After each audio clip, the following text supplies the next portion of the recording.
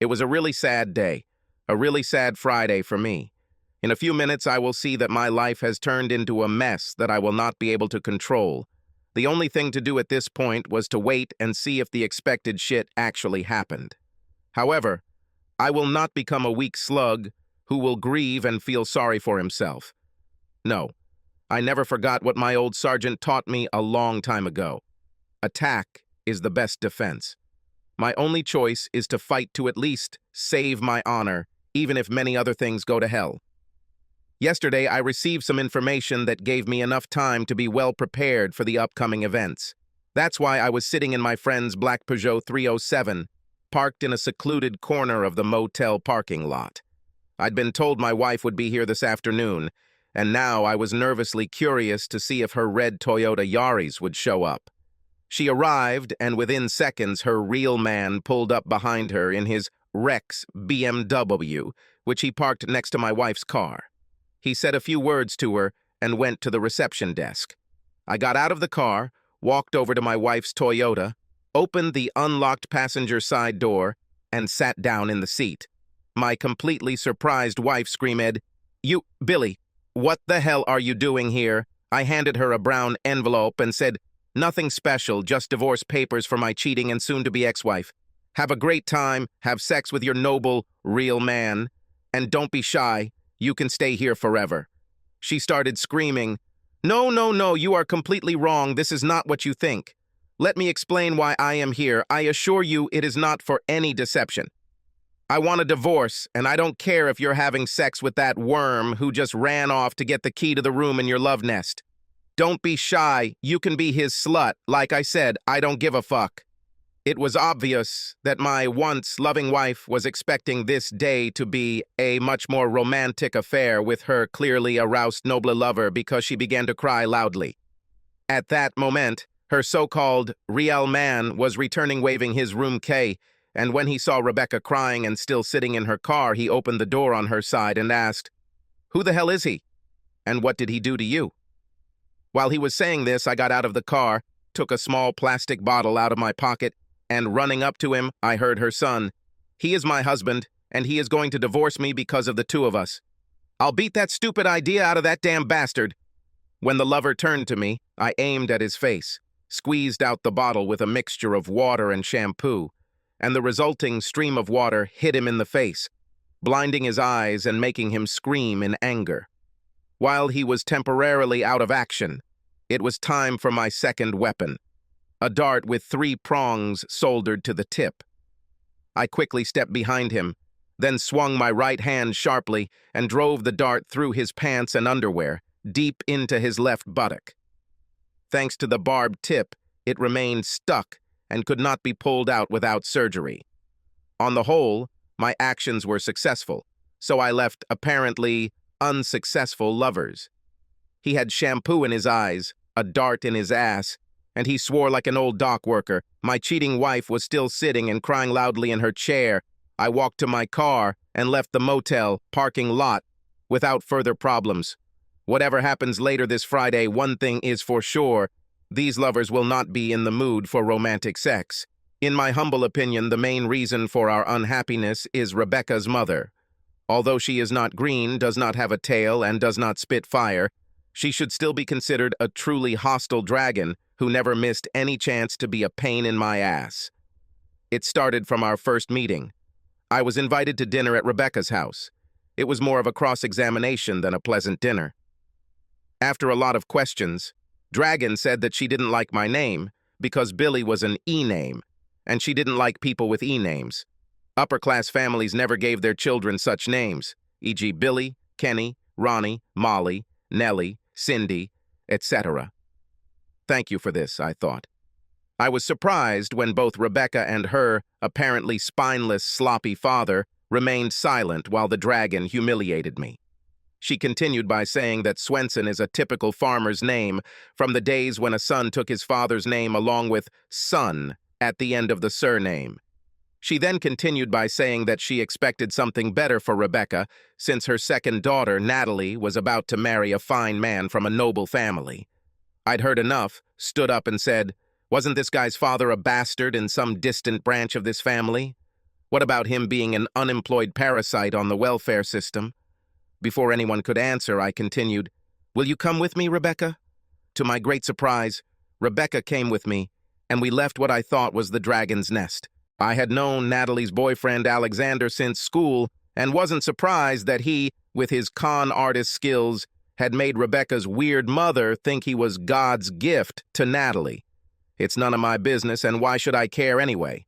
Of course, I wasn't invited to Natalie and Alexander's big wedding, and I didn't care a damn about that either. What worried me was Rebecca and I's relationship, and they got better and better until it got so good that it led to her accidental pregnancy. This made the dragon almost spitfire when she called me and shouted out her opinion about what a scumbag I really was in her and other decent people eyes, and that there can be no talk of any wedding at her expense. The Scandinavian Church of Los Cristianos, on the Spanish Canary Island of Tenerife, is a very popular place for small weddings, so Rebecca and I went there with our best friend and got married. Both Rebecca and I found great jobs in a town 210 kilometers from our hometown, so I had minimal contact with her mother, who spent all her efforts and a lot of money on Natalie and Alexander. The following years were good for Rebecca, me and our 2 children. We made good money, bought a nice house, and made many friends in our new hometown. Our sex life was still good. Thanks to the distance, I had minimal interaction with Rebecca's family because her parents never visited us, and when we returned to our hometown to see my family, Rebecca visited hers. Finally, even Alexander had enough of the dragon that we shared with him like a mother-in-law. To everyone's surprise, he succeeded in his work and happily accepted the promotion, which included moving to a new place 280 kilometers away. After some arguing with Natalie, he gave her a simple choice: accept the move or get a divorce. She followed him to his new place of work. Now the dragon remembered that she had a daughter named Rebecca and began calling her daily. After a while, Rebecca, without knowing it, began to treat me colder. The calls centered on more whining about what I did, didn't do, or should have done, and more crap about how great things were going for Natalie and Alexander. Our relationship didn't improve when I told Rebecca that the main reason Alexander left was to stay away from the hostile dragon that was his mother-in-law. Trouble never comes alone, and Rebecca's feelings towards me grew even colder when a new guy, also from some side branch of a noble family, started working with her. Pretty soon, Rebecca started describing him as a sort of Superman, or at least a real man. He was married to a nurse, but his wife was in Tanzania, Africa, volunteering as a nurse at some health center, and had about 3 months left on her trip. The real man and his wife intended to buy a house when she returned, but for now he lived in our city, renting a room in the house of his wife's married sister. Rebecca really annoyed me when she compared my deeds, my vocabulary, and even my clothes to that real man at her job. There is no need to say who ultimately emerged victorious in these comparisons. Even though Rebecca and I were still having sex, my attempts were often met with comments like, "Here we go again?" and "Don't you ever have enough?" If it weren't for our children and Rebecca's many positive qualities, I would have left her long ago. But she was obviously loyal, a good mother, loved to cook, kept herself in good shape, and we worked well together, keeping the house clean and the garden beautiful. If she had not started her nagging and other sour remarks towards me, she would still be the dream wife for me. Of course, I wasn't a weakling who accepted all her crap without also telling her my opinion. This added to our problems, such as one evening when our children were sleeping. "I would really like you to be more like my colleague," Rebecca said. "If you're in love with this scammer, why don't you file for divorce and become his whore? But as long as we are married, I will never accept any deception. Have sex with this asshole behind my back, and be sure that I will teach him that although you may act like a cheap whore, your services will have a high price." Rebecca started screaming hysterically. "You're a bastard! What the hell did you just say about me? How dare you call me a whore? Be sure you pay for it!" "Wouldn't it be better for your clients to pay?" I shouted back. Before she could say anything unpleasant, 2 frightened and crying children approached us, and I began to do my best to calm them down. The outbreak was followed by 2 very cold weeks. The first weekend she and our kids went to visit her parents, and then the next weekend when Natalie and Alexander came to visit us, Rebecca played the good wife and was kind to me until our guests left on Sunday morning. As we waved goodbye to them, she said, "Don't be so naive as to expect any favors from me." The following Thursday, everything started to fall apart when one of Rebecca's co-workers called me at work, and after a brief introduction, she got straight to the point. "We have a new, very charming guy at work, and 3 of his employees are competing in seduction. Your wife, me, and another unmarried girl. Although we begged your wife to leave it, as she is already married to a good man, she refused to listen to us. And now she's damn proud and boasts that she won our competition and will go to the motel with him tomorrow after lunch. I thanked her and convinced her to keep the call a secret, so I could do something about our problem." Returning home after work, I watched Rebecca and felt that she was a little more cheerful than usual. After the phone call, I started thinking about what the old sergeant said during my time in the Army. He was a big fan of the Apache warriors of the old Arizona Territory and their tactics of surprise, attack, and then disappear. I had no street fighting experience, so my only chance of winning was to do as those old warriors did. Rebecca was showing off to me a real man's black belt in some Japanese combat sport, so the element of surprise was very important. Pepper spray would be great, but it's banned and unavailable in this country, so I had to find a simple alternative. A small plastic bottle of hair shampoo and water would be my weapon, and it worked well after a painful ordeal in my own eyes. The sergeant told us a lot about how surprisingly effective, silent, barb-tipped arrows from a well-hidden ambush were at creating fear among soldiers during the Arizona frontier wars. Of course, I couldn't use a bow and arrow against Rebecca's lover, but the idea led me to my little workshop in the basement. I took the nearest thing that was available, a dart. By soldering 3 1-centimeter-long pieces of sewing needles at a slight angle around the tip of the dart, I created a serrated tip. Hopefully, it will be difficult to remove some soft parts of the body without hospital surgery. I didn't have the slightest desire to test this weapon on myself. After some thought, I had a simple plan without having to buy complex equipment for my activities. The divorce papers issued to Rebecca and her lover, blinded for a few seconds, will give me time to stick a barbed dart into his ass. I doubted that he would continue to be interested in sex with my slut wife, at least as long as he had that dart in his ass. The next morning, Rebecca put on a rather sexy dress, but I pretended that I didn't see anything strange about it and avoided commenting at all costs. We were both acting normal on Friday morning. At my job, I swapped cars for the day with my co-worker and good friend Eric. We did this often when he wanted my Volvo V70 instead of his own, smaller Peugeot 307. I went to the court this morning to get divorce forms and filled one out in my office. After some searching, I was able to contact the charity's head office in Tanzania and obtain the email address of Rebecca's lover's wife. During my lunch break, I drove to Rebecca's work and found both her and her lover's car still in the parking lot. They apparently had lunch at a nearby restaurant before heading to the motel, so I bought a couple of hot dogs and went to the motel to wait for them. As you already know, the lovers arrived at the motel, and my actions went exactly as planned. Thus, my time in the Army was not completely wasted, and I felt grateful to the old sergeant. At 3:30, my home phone rang, and the same female voice that told me yesterday about Rebecca's trip to the motel asked me, "Did you go to the motel today and see what you expected to see?" "Thank you for calling. Yes, I was there, but your colleagues were not happy to see me. I tried to cheer up my wife with divorce papers, but for some reason this gift did not make her happier. This man threatened to hit me, so I had to defend myself, and he got some damage to his butt. I guess my wife took him to the hospital. It wasn't a very romantic date, at least in my opinion." "This is true?" "Oh yes, that's right. I have no reason to lie to you.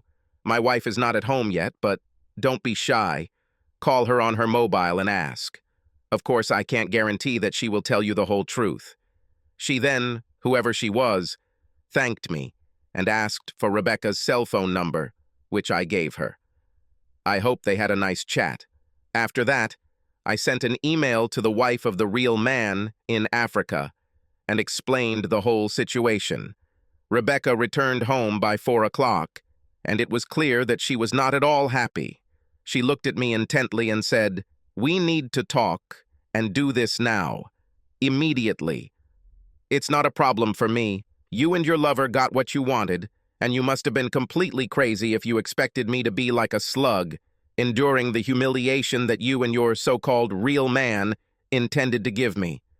No way, Rebecca, I will never put up with this kind of crap without fighting for my pride." I answered, "Even though he didn't hurt you, you hurt him so much that I had to take him to the hospital emergency room. Rest assured, you will have to pay for it. In fact, we are 4 adults and 2 children, I told her. We share the bill for what you and this scoundrel did. You can't take it lightly if you think a poor nurse in Africa is happy after receiving my email with information about you and her husband. Now she knows what shameless swindler she married and who she trusted. Did you really do such a nasty thing to his innocent wife? Even threatening me with divorce was very disgusting. I didn't threaten you in any way. Just sign the divorce papers and you'll get fair terms to be a free woman in 6 months. Refusing to sign and contacting a lawyer will cost you a lot, and you will still end up with the same terms." Now she realized that I was serious and began to sob. "Oh God, are you serious? Please listen to me, for God's sake. I didn't do anything wrong." "Yes, it is.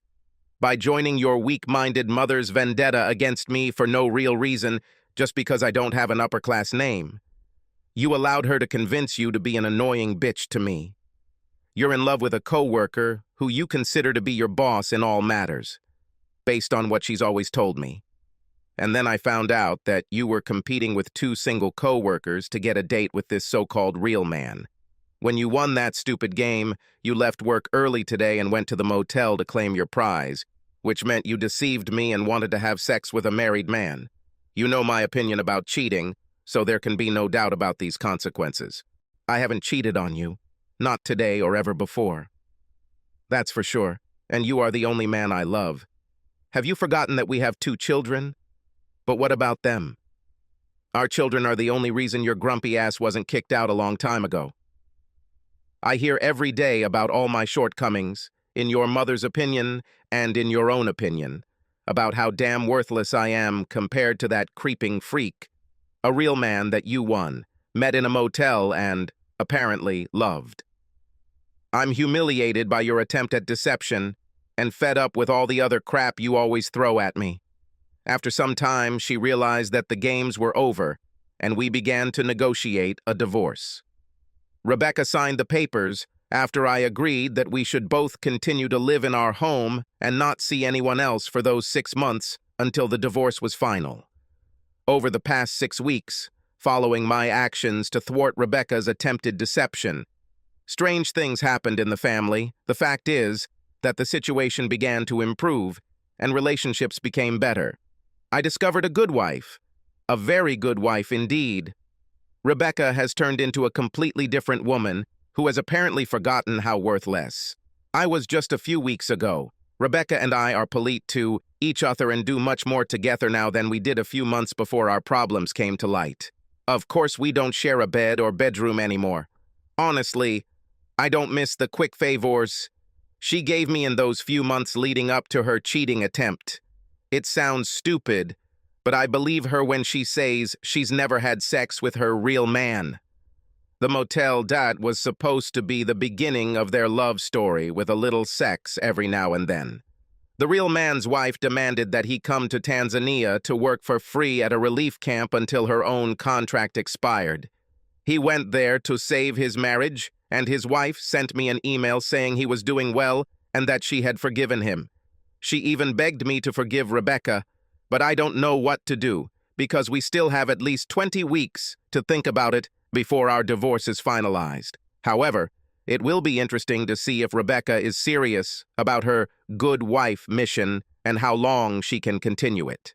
This could be greatly helped if one famous dragon remained submerged in the depths of Loch Ness, Lake Champlain, or simply remained in its nest.